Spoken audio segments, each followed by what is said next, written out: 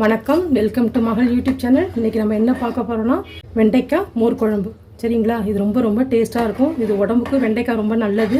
அதனால் இது எப்படி செய்யலான்னு பார்க்கலாம் வாங்க. வெண்டைக்காய் மோர் குழம்பு செய்கிறதுக்கு ஃபஸ்ட்டு நம்ம ஸ்டவ் ஆன் பண்ணிவிட்டு ஒரு பேன் வச்சுட்டு அதில் ஒரு ஸ்பூன் எண்ணெய் விட்டுக்கலாம். எண்ணெய் சூடானதும் நம்ம அதில் வெண்டைக்காய் போட்டு நல்லா வறுத்து எடுத்துக்கணும். இப்போது எண்ணெய் சூடாயிடுச்சு. இப்போ இந்த வெண்டைக்காய் வந்து நான் நறுக்கி வச்சுருக்கேன். இதை போட்டு நம்ம நல்லா வதக்கிடலாம். வெண்டைக்காய் வதங்கிறதுக்காக கொஞ்சோண்டு நம்ம உப்பு போட்டுக்கிறோம்.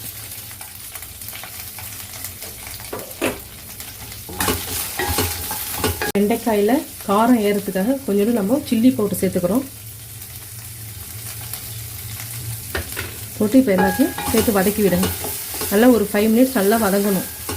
அந்த குழகுழப்பு தன்மையெல்லாம் அதில் போகிறதுக்காக நம்ம நல்லா ஃபஸ்ட்டு வதக்கிக்கிறோம். இப்போது அந்த மோர் குழம்புக்காக ஒரு ஸ்பூன் மல்லி, ஒரு ஸ்பூன் அரிசி பச்சரிசி, ஒரு ஸ்பூன் துவரம்பருப்பு. சரிங்களா, இது மூணுத்தையும் நான் வந்து 1 மணி நேரத்துக்கு முன்னாடி ஊற வச்சுருக்கேன்.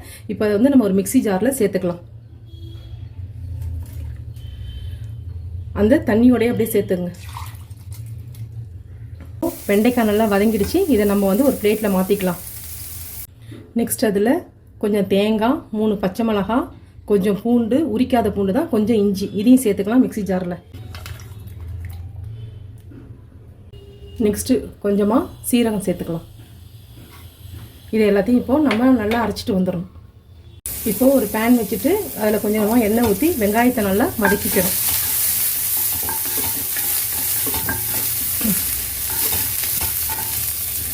நெக்ஸ்ட் அதில் இந்த தக்காளியை சேர்த்துக்கிறோம். ஒரு சின்ன தக்காளி தான்.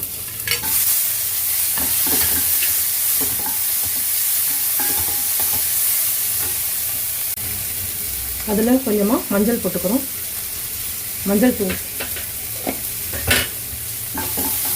போட்டு நல்லா வதக்கிங்க. நெக்ஸ்ட் அதில் காரப்பொடி சேர்த்துக்கிறோம்.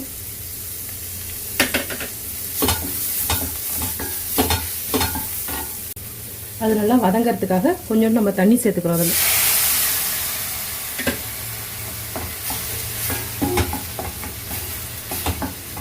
நல்லா இந்த மிளகாய் தூள் ஸ்மெல் போகிறதுக்காக ஒரு 2 மினிட்ஸ் வந்து நம்ம நல்லா வதக்கி விட்டுக்கலாம்.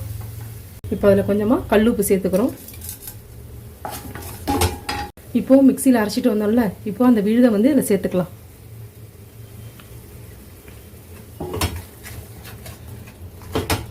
இந்த மெத்தடில் செஞ்சிங்கன்னா ரொம்ப டேஸ்ட்டாக இருக்கும்.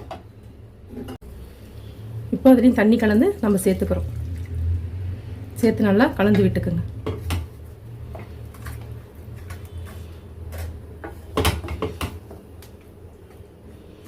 அதில் இன்னும் கொஞ்சம் தண்ணி சேர்த்துக்கலாம். இப்போ இது நல்லா கொதித்து வரும் பொழுது நம்ம அதில் வெண்டைக்காவை போட போகிறோம்.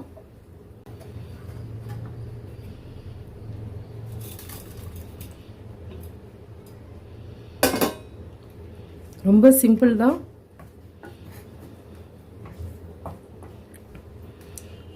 இப்போ இது நல்லா கொதித்து வரும்பொழுது நம்ம தயிர் இருக்குல்ல, கொஞ்சம் புளிப்பாகவும் இருக்கணும், புளிப்பு இல்லாமலே இருக்கணும். அந்த தயிரை வந்து நம்ம 1 கப்பு இதில் சேர்க்க போகிறோம். இப்போது 1 கப்பு தயிர் எடுத்துருக்கேன்.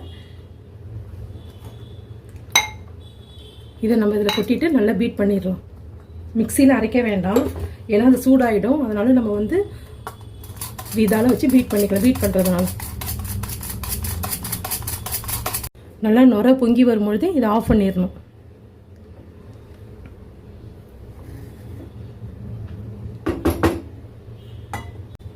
இப்போது இந்த ஸ்டேஜில் நம்ம கொத்தமல்லி தழையை தூவிக்கலாம்.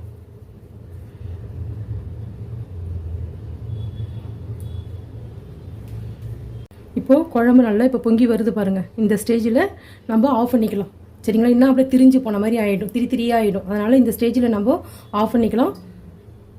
அவ்வளோதான். இப்போ இதை நம்ம இறக்கி வச்சிடலாம். இப்போ தாளித்து கொட்டிடலாம். அடுத்தது இப்போது அதுக்கு ஒரு சின்ன தாளிக்கிற கடாய் எடுத்துட்டு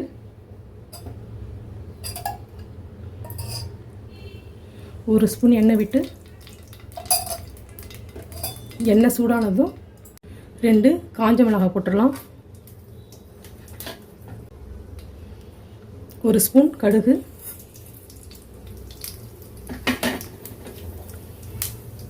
ஒரு ஸ்பூன் சீரகம்,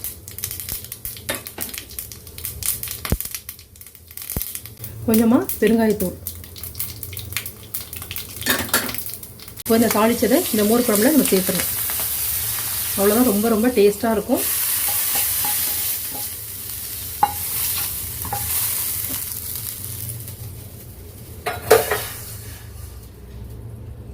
நீங்களும் ட்ரை பண்ணி பாருங்கள். நல்லா சுட சுட சாதத்துக்கு இந்த மோர் குழம்பு ரொம்ப ரொம்ப டேஸ்ட்டாக இருக்கும்.